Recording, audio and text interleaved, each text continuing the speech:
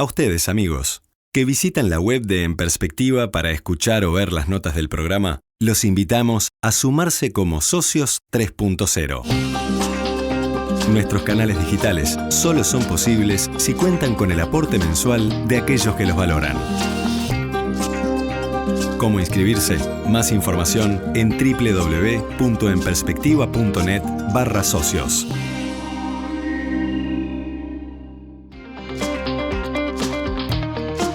Abrimos, señoras y señores, la mesa de En Perspectiva en este martes que es 5 de febrero del año 2019. Estamos con Fernanda Boidi, buen día. Buenos días, ahora sí, oficiales. A su lado, Daniel Chaschetti. Muy buenos días. Sigo dando vuelta a la mesa, me encuentro con Daniel Buquet. ¿Qué tal? Buen día para todos. Y a su lado, Federico Irazábal. Buenos días. Todos en sus respectivas posiciones, están como retornando, rearmando la mesa de análisis político clásica, prontos para alargar. Sí, en este momento declaramos oficialmente inaugurado el año electoral. Secundado. Hay que bajar el martillo. Era imprescindible este pronunciamiento. Estamos listos. Bien. Justamente, hablemos de eso. Los precandidatos a la presidencia de la República vienen calentando motores para el ciclo electoral de este año, que incluye los comicios internos de los partidos en junio, las elecciones nacionales en octubre y la eventual segunda vuelta en noviembre. Si repasamos los últimos fines de semana, se han ido turnando, ¿no? Como que ha habido una cosa muy ordenada. El sábado 19, se podría decir que largó Ernesto Talvi con el encuentro con sus referentes que tuvo lugar en Florida. El sábado siguiente fue el turno para Luis Lacalle Pou y su movimiento Todos, en ese encuentro tradicional que hacen todos los veranos en La Paloma. Y este sábado pasado, Jorge Larrañaga concentró a su agrupación nacional de gobierno en Montevideo, en el Hotel NH. Y bueno, y si podemos recorrer la lista un poco más, nos encontramos que hoy el Frente Amplio tiene un mojón importante porque celebra 48 años de su fundación con un acto en el Parque Rodó donde van a hablar los 4 precandidatos presidenciales del oficialismo. En fin, son nada más que algunas señales de esta campaña que va despuntando. Vamos a ir recorriéndola, vamos a ir viendo los distintos sectores, nombres. ¿Por dónde quieren empezar? Bueno, este es el año electoral, además en América Latina, ¿no? Tenemos elecciones en unos cuantos países. Acaba de haber elecciones en El Salvador. El fin de semana. También hay elecciones en Defensor, que deberíamos incluirlas en el calendario electoral porque lucen muy atractivas en esta ocasión. Tenemos en Panamá en mayo, Guatemala un poquito más adelante, Bolivia, Argentina y Uruguay. Argentina y Uruguay el mismo día, vamos a tener elecciones el mismo día, primera y segunda vuelta. Eso va a ser una cosa bastante inédita también. Pero ha empezado este verano, ha tenido, me parece, una pausa un poco más breve de las que habitualmente estamos acostumbrados en los veranos políticos, ¿no? Como que los candidatos ya, algunos hasta se tomaron unas breves, muy breves vacaciones, y otros aprovecharon el verano para salir a recorrer y para tratar de hacerse conocer y generar un poco de opinión y de noticias en una agenda que estaba un poco más abierta. Último fue el caso de Juan Sartori, ¿no? El más nuevo, el más joven, el que dijo, yo vengo muy atrasado en esto, voy a aprovechar desde el primer día de enero, ¿no? Talvi también hizo lo propio, ¿no? Talvi arrancó a hacer una gira que le llama pueblo a pueblo y recorre barrios y ha recorrido hasta en Maldonado, en Piriápolis, en distintos lugares, también buscando sobresalir en la agenda de los medios. Y bueno, y después los tradicionales que vos nombraste, ¿no? El acto de la paloma tradicional, del herrerismo, y digamos, la presentación de Jorge Larrañaga y de su reformulación de la campaña. Interesante lo que planteó Larrañaga en oposición a lo que había planteado Lacalle ya desde la reunión de su agrupación en Trinidad hace un par de meses, en la que Lacalle se lo ve con un concepto más de evolución y de gradualismo y de, bueno, más o menos tocar lo que está mal y dejar lo que está bien. Y Larrañaga ha planteado una agenda y unos objetivos un poquito más radicales. Vamos a, si querés, ya que mencionaste, vamos a empezar por Larrañaga. Vamos a escucharlo hablando el sábado pasado en esa actividad en la que además se presentó el jingle y la estética de la campaña electoral. En su alocución llamó a impulsar un cambio sin miedo. Hay dos riesgos enormes que no nos podemos permitir que sucedan. Uno, que vuelva a ganar el Frente Amplio porque el gobierno no podría resolver los temas que tiene que enfrentar, pero tampoco podemos permitirnos, porque sería terriblemente desilusionante, acudir a un esfuerzo de alternancia que se agote en un mero maquillaje de cambio. Un mero maquillaje de cambio. Toda una alusión a su contrincante, su principal contrincante en la interna, ¿no? Sí, la interna blanca tiene como tradicionalmente la capacidad de ofrecernos jugosas disputas internas, y aunque no parecía, ¿no? Porque yo creo que si nos ubicamos un año atrás, el panorama parecía con la calle Pou muy despegado, y el sector, digamos, wilsonista, en fin, el resto del partido muy desperdigado, a la búsqueda de nuevos líderes, porque Larrañaga se lo daba casi que por muerto. Y sin embargo, yo creo que fue una de las grandes novedades del año pasado el reposicionamiento de Larrañaga, tal vez junto con la reaparición de Sanguinetti en el Partido Colorado. Una de las grandes novedades. Larrañaga metió un punto muy fuerte con la campaña de firmas para modificar la Constitución, de donde surgió la consigna de sin miedo, no el cambio, pero vivir sin miedo, creo que es la consigna de la campaña, y yo creo que como le dio tan buen resultado, el sin miedo lo dejó ya directamente para la campaña. Vamos a ver cómo... Cuando le preguntábamos a Larrañaga si con su campaña de recolección de firmas por la reforma constitucional había empezado su campaña electoral, él decía, no, son cosas distintas, pero estaba claro que había un vínculo muy fuerte, y estaba claro que para él era una plataforma, era una locomotora importante a los efectos de su relanzamiento, a los efectos de su reaparición, de volver a tener presencia fuerte, ¿no? Ahora se confirma de algún modo, porque el eslogan de la campaña es Larrañaga va sin miedo, ¿no? Sí. Y esa participación tan activa de Larrañaga en la campaña por la recolección de firmas cumplió un doble propósito, si se quiere. Por un lado, mantener la visibilidad del candidato, y esa cosa, bueno, sigue vivo, aquella idea de que no hay tal cosa, no hay cadáveres políticos, ¿no? De los cuales además hemos tenido múltiples ejemplos en la historia política del país. Y por otro lado, reactivar la estructura o las bases o los activistas, que es bien importante de preparación para las elecciones, en particular para las internas, donde, como todos sabemos, el voto es voluntario y depende mucho qué tanta capacidad tengan los candidatos de mover a sus bastiones locales para eso. Entonces empezó como a reaceitar la estructura mucho antes de que fuera necesaria ponerla en práctica para las elecciones internas. Es imposible analizar el escenario político sin mirar encuestas, ¿no? Sí. Y lo que todos observamos es que en cada partido hay un favorito. Martínez en el Frente Amplio, la calle Pou en el Partido Nacional, Sanguinetti en el Partido Colorado. Entonces, el desafío que tienen los que vienen persiguiendo es desarrollar una estrategia de campaña que les permita diferenciarse sin destruir al oponente, ¿no? Y sin hacerle daño al partido. Ese es un problema, es un dilema, digamos, muy complicado. Las críticas de Larrañaga, por lo que hemos leído, han sido muy cuidadosas, pero yo creo que el desafío de todo candidato que persigue es diferenciarse sin dañar al partido. Me parece que Larrañaga está en eso. La pregunta es si eso alcanza. Porque bueno, si las encuestas están bien, la calle Pou todavía lleva una distancia.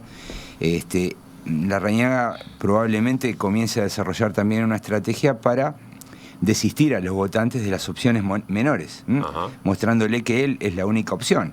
Yo me imagino a Carolina Coscia intentando hacer lo mismo dentro del Frente Amplio, pero lo cierto es que... Carolina Coscia tratando de mostrar que ella es la única opción a Dani Martínez. Claro. Olvídense de Andrade, olvídense de Vergara. Claro. Y además de que, bueno, que dentro de los partidos también hay un montón de gente que no sabe si va a ir a votar y que ahí hay una masa de votantes a la cual se puede apelar intentando mejorar la participación del partido en junio, ¿no? Ahora, es interesante, no era algo previsible que Larrañaga en el contencioso con la calle Pou se ubicara de esta forma, ¿no? Por ejemplo, con alguien que pone un acento muy fuerte en seguridad pública, ¿no? Hay como 4 y ejes. con una especie de mano dura, proponiendo algo parecido a una mano dura, insistiendo en que ese va a ser un asunto principal de su presidencia, etcétera, etcétera. Y por otro lado, diciendo, no alcanza con la evolución, acá hay que hacer un cambio radical. O sea, lo vemos a Larrañaga posicionado como en un planteo muy terminante, muy filoso, ¿no? Sí, encontró un tema, creo, que los otros candidatos, o por lo menos algunos candidatos de opciones menores habían estado insistiendo, pero él encontró un tema, encontró un nicho ahí en el electorado que está preocupado evidentemente por el tema de la seguridad. Habrá que ver qué poder tiene el tema de la inseguridad en volcar, digamos, a gente a votar en la interna sobre todo.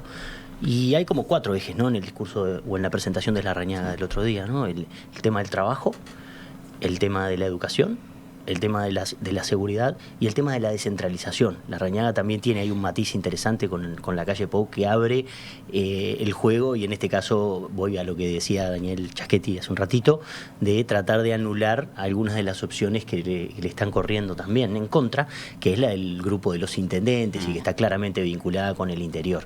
En el discurso de Larrañaga y en el documento que se distribuyó el pasado fin de semana se ve un fuerte énfasis en la descentralización además como igualadora de derechos. Dice en un momento que no importa dónde uno nazca o dónde viva, hay que generar las mismas oportunidades para todos, y eso se llama descentralización. Le encontró un giro interesante a la idea de la descentralización, y me parece que va un poco por ahí. Es parte de esta reconversión o reformulación, tal vez corrido bastante hacia la derecha. Sí. Yo creo que sí, nosotros en varios estudios hemos visto, no solo para las internas uruguayas, sino como una regla incluso más general, que la posición ideal para ganar la elección nacional, que es algo así como el centro del espectro político, no necesariamente es la posición ideal para ganar la interna de tu partido. Si tu partido tiene más bien izquierdistas, como en el Frente Amplio, o más bien derechistas, como en los partidos tradicionales, para ganar allí hay que correrse al centro de ese partido. Y el centro de ese partido no está en el centro de todo el electorado, está sesgado para la izquierda o para la derecha. Las elecciones internas blancas ganadas por los Lacalle da la impresión justamente de que se gana con un votante de centro derecha y de ahí hacia la derecha. Y creo que Larrañaga había estado recostado más bien hacia la izquierda del Partido Nacional, al centro del espectro general, y yo creo que este reposicionamiento, esto es muy simbólico, digamos, no es una traducción sustantiva, pero no, porque creo tampoco que las distancias son tan grandes en Uruguay como si vemos en otros países. Pero creo que lo que busca justamente es ponerse más cerca del votante blanco mediano, ¿no? que del votante uruguayo mediano. Para eso tendrán tiempo los candidatos una vez que ganen las internas. Lo que pasa es que a veces la gente no alcanza a diferenciarlos, ¿no? Yo vi encuestas en la carrera pasada, ¿no? En la del 2014, donde prácticamente que Lacalle y Larrañaga compartían una misma posición en el espectro político. Y cuando uno escuchaba los discursos, Lacalle Pou era claramente más centrista y Larrañaga era claramente más a la derecha. Estas ideas de Larrañaga sobre darle más papel a las Fuerzas Armadas, crear una guardia, algunas de ellas ya estaban presentes hace 5 años, ¿no? O sea, ya había hecho el giro más a la derecha hace 5 años Larrañaga. Entonces, y eso no dio resultado. Evidentemente ocurrieron otras cosas. La irrupción del fenómeno de Lacalle Pou en la elección del 2014 ha sido abordada, y algunos trabajos que muestran que es una combinación de factores.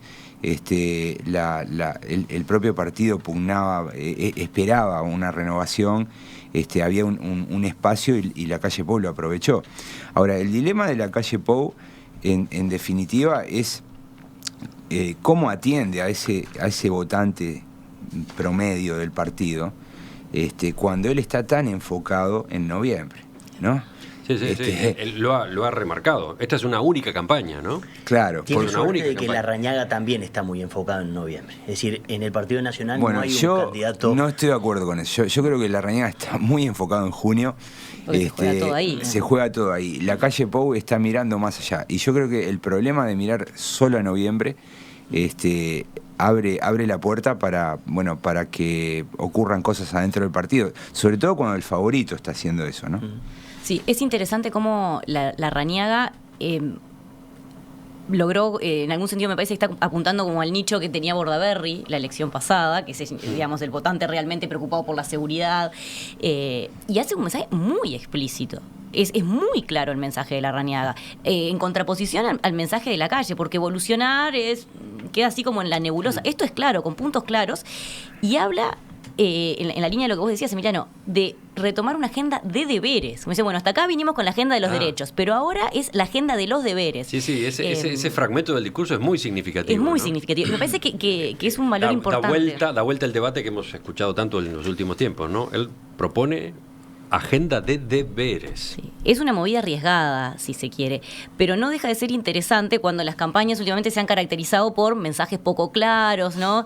Que apelan al mayor conjunto posible del electorado, sin comprometerse con demasiadas cuestiones, donde acá baja la línea claramente hacia dónde iría su gobierno. Uh-huh.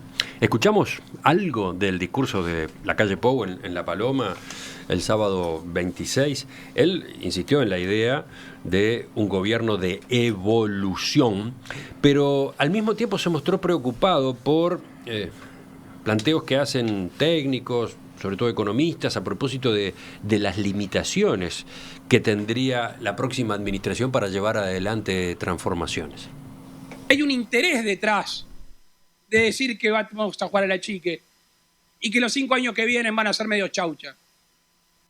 Y por eso hoy elegimos un término que es central en toda nuestra política, que es central en los dirigentes y que es central en los técnicos, que es la oportunidad. Porque la alternancia es una oportunidad. Dependerá de estos meses que siguen y que vienen. El otro día yo le pedí a los equipos que hagan un análisis FODA, aunque alguno dice que está pasado de moda.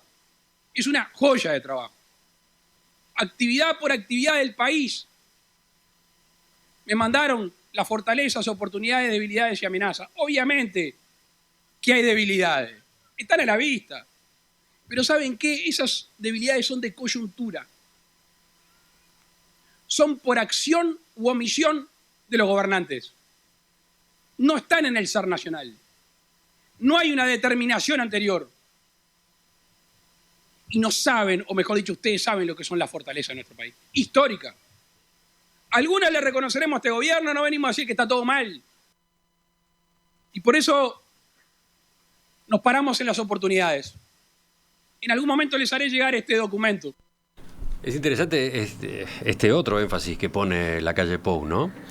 Quiere combatir los pronósticos más pesimistas sobre lo que puede ser un gobierno por las limitaciones que habrá que enfrentar, ¿no? Y es que es difícil que pedir el voto en una plataforma de que el país va a estar peor de lo que está ahora. Es muy difícil. O sea, si el camino viene por ahí, es como que no transmite demasiado entusiasmo al elector. Entonces, es cierto, ahí hay una contradicción complicada para manejar en la campaña, ¿no? Porque claro, desde la oposición se hace una crítica fuerte a cómo está la economía del país, a cómo deja el país el gobierno del Frente Amplio, o los 3 gobiernos del Frente Amplio. Y entonces que la conclusión que puede sacar alguna gente es, bueno, mejor entonces no ganes, ¿no? Mejor no ganes porque te vas a comprar un bruto problema. Sí, yo tengo ciertas dudas sobre el carácter de este discurso, ¿no? Porque como esta es una actividad interna, yo creo que muchas veces el líder político busca, encuadrar a sus dirigentes de todo el territorio, bajarles línea, y yo creo que hay mucho de eso, porque es un discurso como fino, ¿no? Sofisticado, precisamente por estas cuestiones. Y bueno, las cosas no son blanco y negro, ¿no?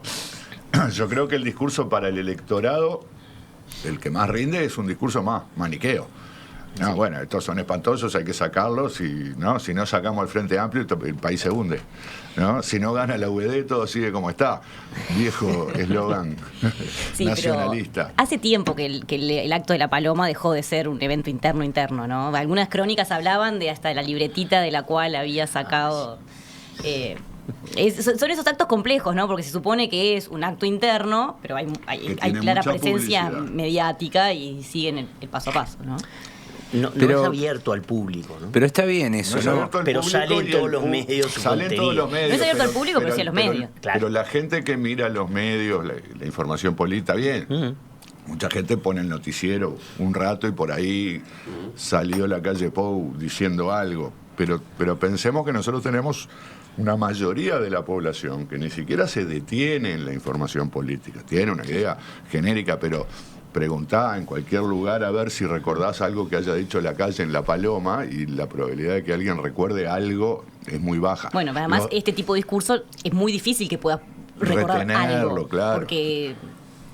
Pero está bien lo que se está diciendo en el sentido de que, bueno, si vos estás planteando una campaña donde te comprometes a no crear impuestos, además decís que vas a abatir el déficit fiscal y que vas a mantener el gasto en alto, ¿por qué no vas a recortarlo bruscamente? Hay algo que nos cierra, y eso van a ser los temas de campaña. Yo creo que por más que esto sea fino para los militantes del Partido Nacional, para levantar la moral, para darles una línea de trabajo y discursiva, tarde o temprano estos van a ser los temas que se van a discutir. Es decir, voy a dar un ejemplo. Talvi dijo hay que eliminar el IAS. Cuando empezamos a ver cuánto el país recauda por el IAS, es mucho dinero, ¿no? Y tenemos un déficit fiscal de 4 puntos. Aclaró que es una eliminación gradual y responsable lo que él propone, ¿no? Bueno, está bien, pero lo cierto es que en algún lugar los números tienen que cerrar y esa va a ser una discusión interesante, la de la política económica. De todas maneras, a mí me parece que a medida que avance la campaña, sobre todo en la interna, que va a ser mucho más profusa por el número de candidatos que hay, las ideas se van a simplificar. Todos van a tender a ideas mucho más simples y que yo creo que el mejor debate sobre políticas públicas, sobre a dónde va el país, va a empezar luego de la interna, con 4 o 5 candidatos en el centro de la escena. Sí, pensemos que además la competencia interna tiene el costado de la campaña electoral clásica dirigida a la opinión pública, pero que en realidad tiene un componente de movilización y estructura partidaria muy grande, con más peso que la elección nacional. Las estructuras cuentan. Claro, el aparato es el mismo, pero la cantidad de votos que mueve un aparato partidario en una interna pesa mucho más que la cantidad de votos que mueven una elección nacional, porque ahí vota todo el mundo. Entonces, los dirigentes políticos necesitan, sí, está bien, necesitan los medios, necesitan la publicidad, pero necesitan tener sus estructuras muy afinadas, muy afirmadas, muy convencidas, muy entusiasmadas, porque son las que les pueden asegurar el triunfo, sobre todo si tenemos una elección reñida, que hoy por hoy no lo sabemos, pero puede terminar siéndolo. Bueno, porque además para muchos candidatos de nivel intermedio, no para los precandidatos presidenciales, no es una carrera de obstáculos, se la juegan toda en la interna, porque si no logran marcar los votos que necesitan, se quedan afuera de las listas y ahí se terminó la aspiración política para acceder a cargos electorales. Entonces los incentivos para muchos de los candidatos de segundo nivel son distintos que los de los candidatos presidenciales. Miramos lo que dice, por ejemplo, este oyente. Digo, para retomar el ambiente veraniego. Ariel, sentado en la arena, en la pedrera, con el mate y escuchando En Perspectiva. Vamos para ahí. Un día perfecto. Vamos para ahí. Genial. No es un mal lugar para estar, ¿no? Maravilloso. Sobre todo desde esa paz, desde ese paisaje paradisíaco, escuchar tan sesudas reflexiones como las que estamos suministrando esta mañana, ¿no? Por lo menos entretenida. Entretenidas, sobre todo, principalmente.